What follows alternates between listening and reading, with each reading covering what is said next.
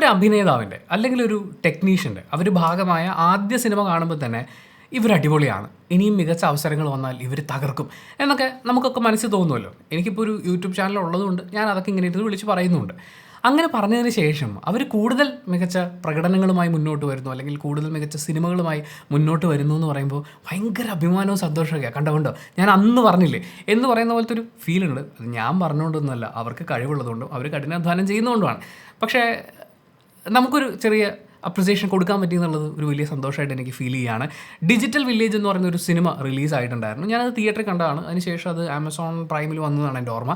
ആ സിനിമയുടെ സംവിധായകർ വീണ്ടും സംവിധായക കുപ്പായം അണിയുന്ന ഏറ്റവും പുതിയ സിനിമയാണ് പരിവാർ. ഉത്സവ് രാജീവും ഫഹദ് നന്ദുവും. പരിവാർ എന്ന് പറയുന്ന സിനിമയെക്കുറിച്ച് സിമ്പിളായിട്ട് പറയാനാണെങ്കിൽ it's a war, it's a കുടുംബ വാർ, ഇറ്റ്സ് എ ചിരിവാർ ആൻഡ് ഇറ്റ്സ് എ ചിന്തവാർ. പരിവാറിലെ വാർ നമ്മളോട് പറയുന്ന വളരെ രസകരമായി പോകുന്ന ഒരു സിനിമയാണ്. എനിക്ക് ഈ സിനിമയിലെ ഏറ്റവും ഇഷ്ടപ്പെട്ട പോർഷൻസ് എന്ന് പറയുന്നത് ഇതിലെ ചിരി വാർ എലമെൻറ്റുകളാണ്. പോസിറ്റീവ്സ് പറഞ്ഞു തുടങ്ങുകയാണെങ്കിൽ ഒന്നാമത്തെ പോസിറ്റീവ് പ്രകടനങ്ങളാണ്. ജഗദീഷ് ചേട്ടൻ ആസ് യൂഷ്വൽ മനോഹരമായിട്ട് ചെയ്തിട്ടുണ്ട്.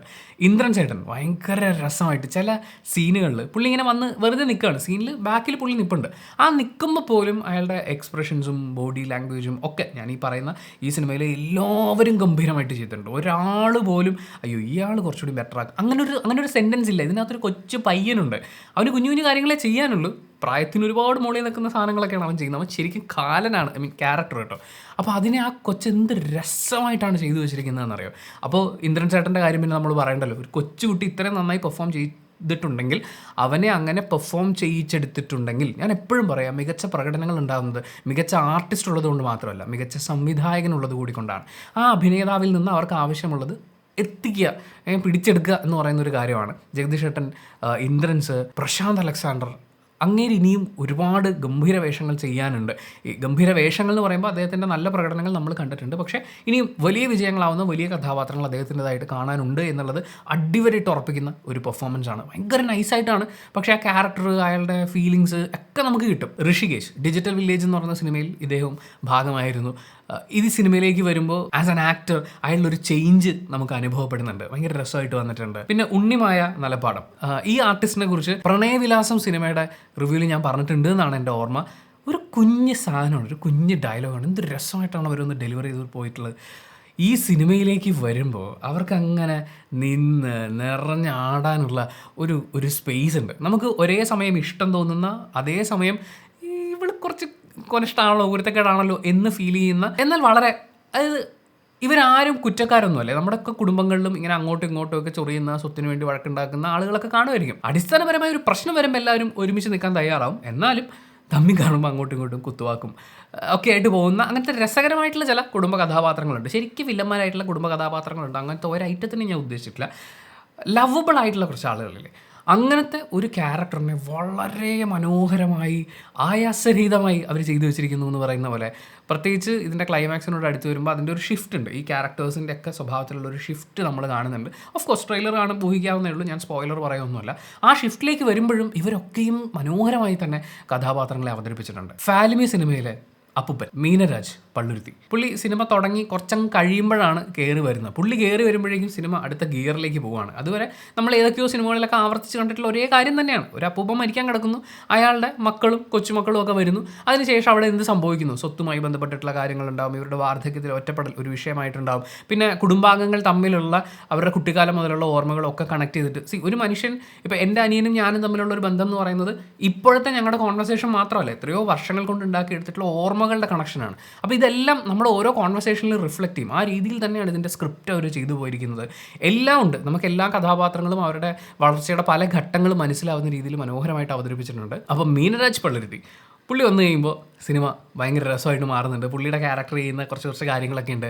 അതിൽ കൊണ്ടുവരുന്ന കുറേ ഹ്യൂമർ എലമെൻറ്റുകളുണ്ട്. അതാണ് സിനിമയുടെ അടുത്ത പോസിറ്റീവ് എന്ന് പറയുന്നത്. ഹ്യൂമർ വളരെ രസമായിട്ട് വന്നിട്ടുണ്ട്. ഒരു ചെറിയ എക്സാമ്പിൾ പറയുകയാണ്, പക്ഷേ തിയേറ്ററിൽ വലിയ ക്ലാപ്പൊന്നും ഉണ്ടായില്ല എനിക്ക്. അതായത് ഒരു ഹ്യൂമർ, ഒരു ഡയലോഗ്, ഒരു കൗണ്ടർ എന്ന് പറയുന്നത് ആ കേൾക്കുന്ന ടൈമിങ്ങിൻ്റെ മാത്രമല്ല, ആ കൗണ്ടറിൽ എന്തെങ്കിലും മീനിങ് ഉണ്ടോ എന്നും കൂടിയൊക്കെ നോക്കുമ്പോൾ നമുക്ക് ഭയങ്കര രസമായിട്ട് തോന്നുന്ന ഡയലോഗുകൾ. ഇതിനകത്ത് മീനരാജ് ഇതേപോലെ ഇരുന്ന് കവടി ഇങ്ങനെ നിരത്തിക്കൊണ്ടിരിക്കുകയാണ്. അപ്പോൾ ജഗദീഷിൻ്റെ ക്യാരക്ടർ ഉണ്ട്, പുള്ളി പറയുന്നുണ്ട് ഇത് ഇപ്പോഴെങ്ങാനും കിട്ടുമെന്ന് ചോദിക്കുമ്പോൾ പുള്ളി എടുത്ത വായിക്ക് പറയുന്നത് ഇത് വാട്സപ്പ് അല്ലടാ എന്നാണ്. വാട്സപ്പിൽ പെട്ടെന്ന് കിട്ടും, ഇവിടെ അങ്ങനെ കിട്ടില്ല എന്ന് പറയുന്ന ഒരു ഡയലോഗ് അതിലുണ്ടെങ്കിൽ പോലും വാട്സപ്പിൽ നമുക്ക് ഒരുപാട് റിസർച്ച് ചെയ്തും അന്വേഷിച്ചും കിട്ടിയതുപോലെയുള്ള ഒരുപാട് ഫേക്ക് ആൻഡ് മണ്ടത്തരങ്ങൾ നമുക്ക് ഇൻസ്റ്റൻ്റ് ആയിട്ട് കിട്ടും. ആ സ്പേസിനെ കൂടി കൺസിഡർ ചെയ്യുമ്പോഴേ ആ കൗണ്ടർ ഭയങ്കര രസമാണ്. എല്ലാ കൗണ്ടറുകളും ഇങ്ങനെയാണ് ആലോചിച്ച് പോകണമെന്നൊന്നും അല്ല ഉദ്ദേശിച്ചത്. നമുക്ക് ഒരുപാട് ചിരിക്കാനുള്ള ഒന്നോ രണ്ടോ കാര്യങ്ങൾ ഇതിനു മുമ്പ് പല സിനിമകളിലും ആവർത്തിച്ച് കണ്ടിട്ടുള്ളതായിട്ട് എനിക്ക് തോന്നി. ബട്ട് സ്റ്റിൽ അതും നമുക്ക് ചിരിക്കബിൾ ആയിരുന്നു. അങ്ങനെ അവിടെ ഇവിടെയായി ഒരുപാട് ചിരിപ്പിച്ചൊക്കെ മുന്നോട്ട് പോകുന്ന ഈ സിനിമയുടെ മറ്റൊരു പോസിറ്റീവ് ഇമോഷണൽ കണക്റ്റാണ്. കഥാപാത്രങ്ങൾ തമ്മിൽ നമുക്ക് ഈ പറയുന്ന ചിരികളുണ്ട്, ഇവരുടെ വഴക്കുകളുണ്ട്, ഇത് കാണുമ്പോൾ നമുക്ക് ഒരു രസം തോന്നുന്ന എലമെൻറ്റുകളുണ്ട്. ആൻഡ് ഇവർക്കിടയിലുള്ള ബന്ധങ്ങളെയൊക്കെ കാണിച്ചിരിക്കുന്നത് ഇതിനൊരു കോർ ഇമോഷൻ ഒരു സ്ഥലത്തേക്ക് വരുമ്പോൾ സിനിമ ഭയങ്കര രസമാകുന്നുണ്ട്. മറ്റൊരു പ്രധാന കാര്യം സിനിമയിൽ ഞാൻ ശ്രദ്ധിച്ചത് ഇവരുടെ ഈ ക്യാരക്ടേഴ്സിന് കൊടുത്തിട്ടുള്ള ആ പേരുകൾ പരിപാടികളുണ്ടല്ലോ. അതായത് ഈ പാണ്ഡവ കുലം ആണ്, അപ്പം അർജുനനുണ്ട്, ഭീമനുണ്ട്, നകുലൻ, സഹദേവനൊക്കെ ഉണ്ട്. പിന്നെ ഒരാളെ നമ്മൾ കാണുന്നില്ല, അതുമായി ബന്ധപ്പെട്ടിട്ടുള്ള ഡയലോഗുകളുണ്ട്. ഇതിൽ ഇന്ദ്രൻ ചേട്ടൻ്റെ ക്യാരക്ടറിന് കൊടുത്തിരിക്കുന്ന ഭീമൻ എന്നുള്ള പേരില്ലേ, അത് നമ്മളിപ്പോൾ പഞ്ചപാണ്ഡവന്മാരെ എടുത്ത് നോക്കുകയാണെങ്കിൽ ഇപ്പോൾ രണ്ടാം മുഴുവൊക്കെ വായിച്ചിട്ടുള്ള ഒരാൾക്ക് ഭീമൻ എന്ന് പറയുന്ന ക്യാരക്ടറിനെ കുറിച്ചുണ്ടാകുന്ന ഒരു ഐഡിയ ഒക്കെ ഉണ്ടല്ലോ. അപ്പോൾ അതൊക്കെ വെച്ചുകൊണ്ട് നമ്മളിങ്ങനെ കാണുമ്പോൾ ഭയങ്കര രസമായിട്ട് എഴുതി ഉണ്ടാക്കിയിട്ടുള്ളൊരു ക്യാരക്ടറാണ്. ആ ക്യാരക്ടറിൻ്റെ പരിപാടികൾ, അതുപോലെ ഇവരുടെയൊക്കെ പേരുകളും ഇവർ ചെയ്തു കൂട്ടുന്ന കാര്യങ്ങളും ഒരു അധികാരത്തിന് വേണ്ടി എന്നോണം, അല്ലെങ്കിൽ അധികാര ചിഹ്നത്തിന് വേണ്ടി എന്നൊക്കെ പറയുന്ന പോലത്തെ അത് ഭയങ്കര രസമായിട്ട് വർക്കായിട്ടുണ്ട്. നമ്മുടെ ശ്രീകാന്ത് വെട്ടിയാറിൻ്റെ അമ്മയും പിന്നെ ഒരു പുള്ളിയും കൂടി ഉണ്ട്, പേര് ഞാൻ കിട്ടുകയാണെങ്കിൽ പ്ലേസ് ചെയ്യാം. പുള്ളി കുറച്ച് സമയം ഉണ്ടായിരുന്നുള്ളൂ, പക്ഷേ ഉള്ളത് വെടിപ്പായിട്ട് ചെയ്തിട്ടുണ്ട്. സാധാരണ അങ്ങനത്തെ ക്യാരക്ടേഴ്സ് ചെയ്യുമ്പോൾ എല്ലാവരും വലിച്ചു വാരിയിട്ട് അളിഞ്ഞ് പോവുകയാണ് ചെയ്യുക. പക്ഷേ ഇത് പുള്ളി കറക്റ്റ് മീറ്ററിൽ നല്ല സ്കെയിൽ ചെയ്ത് വെച്ചിട്ടുണ്ട്. അടുത്തൊരു വലിയ പോസിറ്റീവ്, ഈ സിനിമയെ സംബന്ധിച്ചൊരു വലിയ പോസിറ്റീവ് ഇതിൻ്റെ മ്യൂസിക് സൈഡാണ്. അതായത് കോമഡിയാണേ, നിങ്ങളൊന്ന് ചിരിച്ചോണം കേട്ടോ എന്ന് പറഞ്ഞ് മ്യൂസിക് ഇട്ട് വെറുപ്പിക്കുന്ന സീനുകൾ പല സിനിമകളിൽ, ഈ അടുത്ത് വന്നിട്ടുള്ള സിനിമകളിൽ വരെ കാണാനുണ്ട്. അതായത് സിനിമയിൽ ഒരു കോമഡി ഇല്ല, ഒരു ഇമോഷനും ഇല്ലാതെ പോകുന്ന സ്ഥലത്ത് ടുണ്ടും എന്നൊക്കെ പറഞ്ഞ ഒരു മ്യൂസിക് ഇട്ട് വെറുപ്പിക്കും. ഇവിടെ അതൊന്നുമില്ല. അതായത് ക്ലീൻ പരിപാടികളാണ്. അതുപോലെ തന്നെ പാട്ടുകൾ എന്ത് രസമാണ്, കേൾക്കാൻ രസമുള്ള പാട്ടുകളെ വളരെ രസകരമായി അവർ വിഷ്വലൈസ് ചെയ്തിരിക്കുന്നു എന്നുള്ളതാണ്. ഇതിൽ അർജുനൻ എന്ന് പറയുന്ന ക്യാരക്ടർ, അയാളുടെ കാമുകി, അവർ തമ്മിൽ ഈ തളർന്ന് കിടക്കുന്ന അച്ഛൻ്റെ അടുത്ത് വെച്ചിട്ടുള്ള ഒരു പ്രണയഗാനമുണ്ട്. അപ്പോൾ ഇവർ പാടില്ലല്ലോ, ചുണ്ടുകൊണ്ട് പാടില്ല, പക്ഷെ പാട്ട് നമ്മളിങ്ങനെ കേൾക്കുന്നുണ്ട്, ഇവരുടെ മനസ്സിലാണുള്ളത്.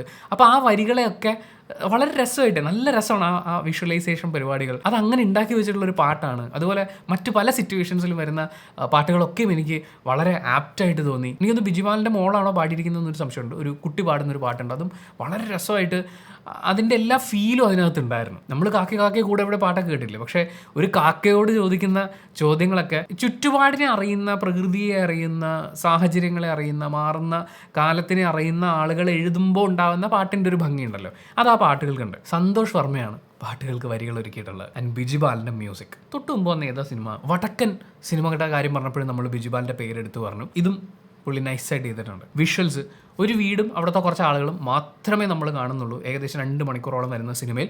പക്ഷേ ഒരിടത്ത് പോലും ബോറടിക്കാതെ, ഒരിടത്ത് പോലും നമുക്കൊരു ഇഴച്ചിൽ ഫീൽ ചെയ്യാതെ ഇങ്ങനെ കാഴ്ചകൾ, അതായത് എന്തൊക്കെയോ കുറേ കാര്യങ്ങൾ നമ്മൾ കാണുന്ന പോലെ പോവാന്ന് പറയില്ലേ, എന്നാൽ ആ വീടിൻ്റെ ഫീല്, അവിടുത്തെ ആളുകൾ, അതിൻ്റെ ഒരു കാലങ്ങൾ കൊണ്ടുണ്ടാകുന്ന ഒരു മുഷിപ്പ്, ഇതെല്ലാം അതിനകത്ത് നിപ്പുണ്ട്. അതെല്ലാം വിഷ്വലി അവർക്ക് കൊണ്ടുവരാൻ സാധിക്കുന്നുണ്ട്. പിന്നെ ഈ പറയുന്ന സാമൂഹ്യ വിമർശനം സിനിമയിലുണ്ട്, രാഷ്ട്രീയ വിമർശനങ്ങൾ സിനിമയിലുണ്ട്, ബന്ധങ്ങൾക്കിടയിലുള്ള കാര്യങ്ങളെ വിമർശിക്കുന്നത് സിനിമയിലുണ്ട്. പിന്നെ ഒരു പ്രെഡിക്റ്റബിൾ ഫാക്ടർ എന്ന് പറയുന്ന ഒരു കാര്യമുണ്ട് ഇതിനകത്ത്, വളരെ പ്രധാനപ്പെട്ട ഒരു ഒബ്ജക്റ്റുമായിട്ട് ബന്ധപ്പെട്ടിട്ടാണ്.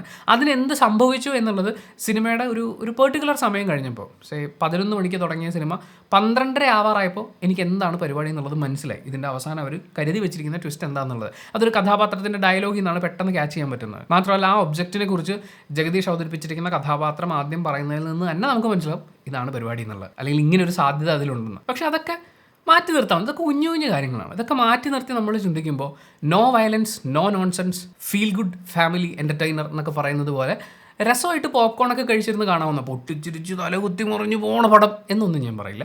പക്ഷേ രസമായിട്ട് ഫാമിലി ആയിട്ടിരുന്ന് കാണാവുന്ന ഒരു കൊച്ചു പടം, ഉറപ്പായിട്ടും പരിഗണിക്കാവുന്ന ഒരു സിനിമയാണ് പരിവാർ. എനിക്ക് എന്താണെന്ന് വെച്ചാൽ എൻ്റെ കുടുംബങ്ങളിൽ സംഭവിച്ചിട്ടുള്ള, അമ്മയുടെയും അച്ഛൻ്റെയും ഒക്കെ കുടുംബങ്ങളിൽ സംഭവിച്ചിട്ടുള്ള പ്രായമായ ആളുകളുടെ മരണവും മരണത്തെ തുടർന്നുള്ള പല സിറ്റുവേഷൻസും ഇവർ കാണിച്ചു കൊടുക്കുന്ന കുറേ കോപ്രായങ്ങളും ചിലപ്പോൾ ആ സമയത്ത് നമുക്ക് മനസ്സിലാവില്ല ഇവരെന്തിനാണ് ഇത് ചെയ്തതെന്നുള്ളത്. കുറേ കഴിഞ്ഞിട്ട് എല്ലാവരും കൂടി ഇരുന്ന് പറയുമ്പോഴാണ് എടാ അന്ന് അവൻ അങ്ങനെ ചെയ്തതിന് ഇങ്ങനെ ഒരു കാര്യം ഉണ്ടായിരുന്നു എന്ന് പറഞ്ഞിട്ട് ഇവരിങ്ങനെ പറയുമ്പോൾ നമ്മൾ ഈ കഥകളൊക്കെ കേൾക്കുമല്ലോ. അങ്ങനെ ഒരുപാട് കഥകളൊക്കെ കേട്ടതിൻ്റെ ഒരു കാര്യം കൂടി ഉള്ളതുകൊണ്ട് എനിക്ക് ഭയങ്കര റിലേറ്റ് ചെയ്യാൻ പറ്റിയ, എനിക്ക് വളരെ ഇഷ്ടം തോന്നിയ ഒരു സിനിമ അനുഭവം എന്നാണ് പരിവാറിനെ കുറിച്ച് പറയാനുള്ളത്. പക്ഷേ സിനിമ ഓരോരുത്തർക്കും ഡിഫറൻ്റ് ആണ്. നിങ്ങൾ തിയേറ്ററിൽ പോയി കണ്ടു കഴിഞ്ഞാലാണ് നിങ്ങളുടെ അഭിപ്രായം എന്താണെന്നുള്ളത് മനസ്സിലാവുള്ളൂ.